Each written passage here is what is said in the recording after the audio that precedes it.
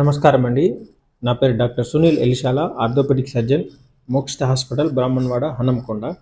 ఈరోజు మనం మాట్లాడుకునే టాపిక్ వచ్చేసి లో బ్యాక్ పెయిన్ అండి. ఇది కామన్‌గా చాలామందికి ఓపీలో ప్రెజెంట్ అయ్యే చాలామందికి ఉండే ప్రాబ్లమ్స్‌లో ఇది ఒకటండి.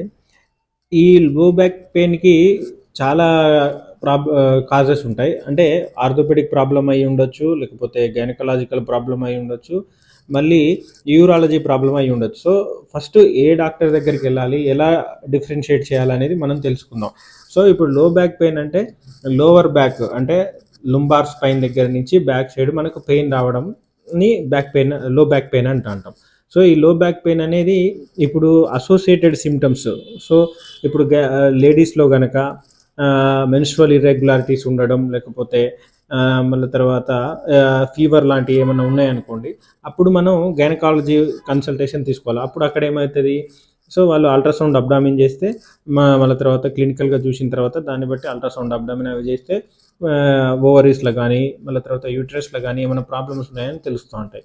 ఇంకొకటి యూరాలజీ అంటే ఇప్పుడు యూరిన్లో మంట ఉండడం కానీ, దాంతోపాటు అసోసియేటెడ్ ఫీవర్స్ కానీ అట్లాంటివి ఉన్నప్పుడు కూడా మనం యూరాలజీ వాళ్ళ దగ్గరికి వెళ్తే వాళ్ళు క్లినికల్గా చూసిన తర్వాత అవసరాన్ని బట్టి వాళ్ళు కూడా అల్ట్రాసౌండ్ అబ్డామిన్ కానీ, అల్ట్రాసౌండ్ కేయూపీ కానీ చేసిన తర్వాత అందులో స్టోన్స్ కానీ, లేకపోతే రికరెంట్గా యూరినరీ ట్రాక్ట్ ఇన్ఫెక్షన్ సైన్స్ ఏమైనా ఉన్నాయా అనేది చూసి, సిస్టైటిస్ చేంజెస్ ఏమైనా ఉన్నాయా అనేది చూసి దాన్ని బట్టి ట్రీట్మెంట్ ఇస్తారు.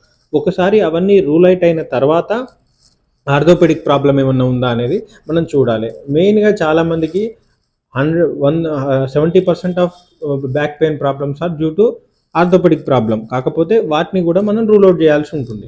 సో, ఏజ్ పరంగా ఫస్ట్ బ్యాక్ పెయిన్ ఉన్నది అంటే ఈ అసోసియేటెడ్ సిమ్టమ్స్ని బట్టి ఆర్థోపెడిక్స్ని కానీ, లేకపోతే గైనకాలజిస్ట్ని కానీ, యూరాలజిస్ట్ని కానీ కన్సల్ట్ అయితే మిగిలిన రూల్ అవుట్ చేసిన తర్వాత వాళ్ళు కరస్పాండింగ్ కన్సల్టెంట్ దగ్గరికి వాళ్ళు రిఫర్ చేస్తూ ఉంటారు. సో, ఇప్పుడు ఆర్థోపెడిషియన్ పరంగా ఏంటిది అంటే బ్యాక్ పెయిన్ ప్రాబ్లంకి కాజెస్ ఏంటి అంటే మేజర్గా పోస్చురల్, అంటే మనం పడుకునే పోస్చర్ కానీ, సిట్టింగ్ పోస్చర్ కానీ, మళ్ళీ తర్వాత ప్రాపర్గా లేదనుకోండి, మనం వర్క్ చేసే పొజిషన్లో చాలాసేపు కూర్చొని ఉండడం వల్ల, మళ్ళీ తర్వాత ప్రాపర్ ఫిజియోథెరపీ ఎక్సర్సైజులు చేయకపోవడం వల్ల వచ్చేది. సో, ఇది mechanical problem most of the times. కొన్నిసార్లు ఏమవుతుంది అంటే ఓవర్లోడ్ వల్ల, అంటే హై ఇంపాక్ట్ యాక్టివిటీస్ వల్ల, మళ్ళీ తర్వాత ఇంజురీస్ వల్ల అప్పుడు కూడా మనకు బ్యాక్ పెయిన్ వస్తుంది. అప్పుడు ఏమైతే ఉంటుంది డిస్క్ ప్రాబ్లమ్స్. అంటే ఇప్పుడు మనం బ్యాక్ చూసినట్టయితే ఇది మనకు ఒక స్కెల్టల్ మోడల్. సో, ఇందులో ఏంది అంటే ఈ కింది పార్ట్ని మనం లుంబార్ స్పైన్ అని అంటాం. ఇది లుంబార్ స్పైన్, తర్వాత సాక్రమ్, కింద ఉన్న బాల్ని కాక్సిక్స్ అని అంటాం. సో, ఈ కాక్సిక్స్ పెయిన్ కూడా సివియర్గా ఉంటుంది. ఇదేంటి అంటే ఇంజురీ వల్ల, ఇప్పుడు మనం లాంగ్ జర్నీలు చేసినప్పుడు, బస్ జర్నీ చేసినప్పుడు కానీ ఏమవుతుంది అంటే ఈ బోన్ అనేది కొంచెం బ్రేక్ అవుతూ ఉంటుంది, కాక్సోడైనియా అంటాం. సో, సిట్టింగ్ పోస్చర్లో సివియర్ పెయిన్ ఉంటా ఉంటుంది, స్టాండింగ్ పోస్చర్లో ఆ పెయిన్ అనేది తగ్గుతూ ఉంటా ఉంటుంది.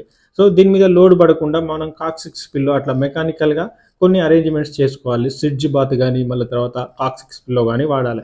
ఇంకా కొంచెం పైకి వస్తే ఈ బ్యాక్ ఈ లుంబార్ స్పైన్ కానీ, మళ్ళీ తర్వాత ఇక్కడ కానీ ప్రాబ్లం ఉన్నప్పుడు ఏంటిది అంటే మేజర్గా ఈ పారాస్పైనల్ మజిల్స్, మనకు ఈ సెంట్రల్లో ఉన్న స్పైన్ పక్కన ఉండే మజిల్స్ అనేవి ఈ డ్యామేజ్ అయినప్పుడు, అంటే ఇరిటేషన్ ఉన్నప్పుడు మనకు, అంటే నిద్రలో మెడబట్టేసినట్టే బ్యాక్ పెయిన్ కూడా ఈ పారాస్పైనల్ మజిల్స్ స్పాజంలోకి వెళ్ళిపోయినప్పుడు బ్యాక్ పెయిన్ వస్తూ ఉంటుంది. సో, ఈ బ్యాక్ పెయిన్ తగ్గడానికి మనం ఫస్ట్ పోస్చర్ అనేది ప్రాపర్గా మెయింటైన్ చేయాలి. పడుకునేటప్పుడు కానీ, సిట్టింగ్ పోస్చర్ కానీ, జర్నీలు కానీ కొంచెం అడ్జస్ట్ చేసుకుంటూ ఉండాలి. అంటే లాంగ్ జర్నీలు అవాయిడ్ చేయాలి, ఫార్వర్డ్ బెండింగ్ అవాయిడ్ చేయాలి, మళ్ళీ తర్వాత వెయిట్స్ బాగా ముందు కొంగి బరువులు లేపడం అనేది తగ్గియాలి. తగ్గించిన తర్వాత కొంచెం ప్రాపర్ రెస్ట్ ఇస్తే ఇది తగ్గిపోతూ ఉంటుంది. ఇంకొక రకం ప్రాబ్లం ఏంటి అంటే ఇప్పుడు ఈ వర్టిబ్రా మధ్యలో ఉండే ఈ రబ్బర్ లాంటి స్ట్రక్చర్ని మనం డిస్క్ అని అంటాం. ఈ డిస్క్ డ్యామేజ్ వల్ల కూడా మనకు బ్యాక్ పెయిన్ వస్తూ ఉంటుంది. సో, ఇప్పుడు ఈ డిస్క్ డ్యామేజ్ అయినప్పుడు ఏమవుతుంది అంటే ఈ డిస్క్ మెటీరియల్ అనేది ఈ ఎల్లో కలర్లో ఉన్న ఈ నర్వ్ రూట్స్ మీద అనేది ఆ మెటీరియల్ అనేది కంప్రెషన్ కాజ్ చేస్తూ ఉంటుంది. సో, ఏ నర్వ్ రూట్ అయితే కంప్రెషన్కి గురి అయిందో దాని డిస్ట్రిబ్యూషన్లో మనకు tingling, numbness, dragging pain, night time నిద్ర పట్టకపోవడం, ఇలాంటి సివియర్ పెయిన్ వస్తూ ఉంటుంది. సో, ఇందులో ఏది అనేది మనం ఐడెంటిఫై చేయాలి. ఇంకొకటి ఏంటిది అంటే ఇన్ఫెక్షన్. ఈ మధ్య కాలంలో ఇంతకు ముందు ఉండే, ఈ మధ్య కాలంలో కూడా ఇన్ఫెక్షన్ అంటే ట్యూబర్క్లోసిస్ కానీ ఇట్లాంటి బ్రుసెల్లోసిస్ కానీ ఇన్ఫెక్షన్ కూడా అంటే ఫీవర్తో పాటు ఇక్కడ ఏమైనా యాప్సిస్ ఫామ్ అయింది అనుకోండి, సో మనం అది రూల్ అవుట్ చేయాలి. ఇంకొకటి ఓల్డ్ ఏజ్ బాగా పెరిగిన వాళ్ళకి వర్టిబ్రల్ ఫ్రాక్చర్స్, చిన్న చిన్న స్ట్రెస్ ఫ్రాక్చర్స్, అంటే పెద్ద ఇంజరీ ఏమి ఉండదు, చిన్న ట్రివియల్ ట్రామాతోనే వాళ్ళకి బ్యాక్ పెయిన్ స్టార్ట్ అవుతుంటుంది. సో వాళ్ళకి ఆస్టియోపోరోసిస్ ట్రీట్మెంట్ ఇవ్వాలి. ఆ ట్రీట్మెంట్ అనేది ఉంటుంది. సో ఓన్లీ పెయిన్ కిల్లర్లు కాకుండా దేనివల్ల బ్యాక్ పెయిన్ వచ్చిందనే దాన్ని బట్టి మనం ముందుకు పోతూ ఉండాలి. సో వీటన్నిటితో పాటు మనం చేయాల్సిన ఇంకోటి ఏంటిది అంటే ప్రాపర్ ఫిజియోథెరపీ చేసుకొని ఆ back strengthening, paraspinal muscles strengthening exercises అనేవి చేస్తూ ఉండాలి. ఒక ఇన్ఫెక్షన్ ఉన్నట్లయితే ఇన్ఫెక్షన్కి ఏ ఇన్ఫెక్షన్ చూసి దానికి ట్రీట్మెంట్ తీసుకోవాలి. ఆస్టియోపోరోసిస్ వల్ల అయితే ఆస్టియోపోరోసిస్కి ట్రీట్మెంట్ తీసుకోవాలి. మజిల్ స్పాజం అయితే ప్రాపర్ రెస్ట్ మెయింటైన్ చేసి తర్వాత స్ట్రెంథనింగ్ ఎక్సర్సైజులు చేసుకుంటూ ఉండాలి. వాళ్ళ తర్వాత కూర్చొని చేసే పని, ఇలాంటి ఫార్వర్డ్ బెండింగ్, ఇలాంటి యాక్టివిటీస్ అనేవి మనం ప్రాపర్ స్ట్రెంథనింగ్ ఎక్సర్సైజులు చేస్తూ వీటిని కంటిన్యూ చేయాలి. Thank you for watching this video. Wish you happy new year. Thank you. ఈ వీడియో కానీ మీకు నచ్చినట్లయితే like, share, subscribe to Mokshita hospital. Thank you.